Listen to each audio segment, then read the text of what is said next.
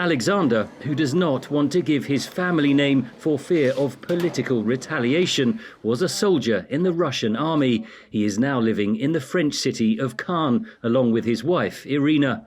In January 2022, as Russia was preparing its full-scale invasion of Ukraine, Alexander was told his unit was heading to Russian-occupied Crimea for military exercises. He refused, but was told he had no choice. His unit crossed the border into Ukraine as part of the invasion force. He eventually managed to flee the army. I realized then that I only had two choices, either leave Russia or go to prison, because going back to the front, I didn't have the slightest desire nor the moral possibility. Alexander and Irina fled to Kazakhstan, where they connected with other Russians fleeing the war. But the deserters don't feel safe in former Soviet countries, where they face 10 years or more in prison if caught and returned to Russia.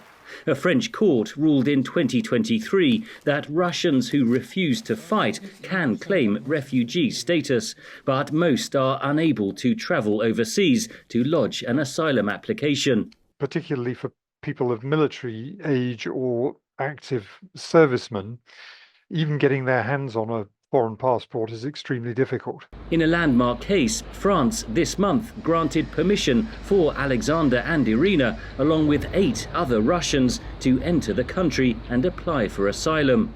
The decision followed months of advocacy and campaigning by organizations like Russie Liberté, which encourage Russians to desert the army. The groups say the deserters were meticulously vetted for their anti-war stance. There will be some, maybe in Eastern Europe, who will say Russians are always a security risk. We should not be encouraging this.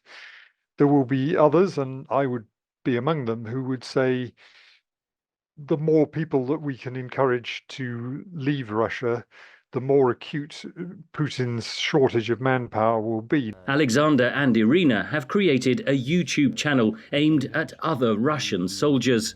Perhaps some will also take these steps, desert the army, and as a result, this will allow the war to end in the near future.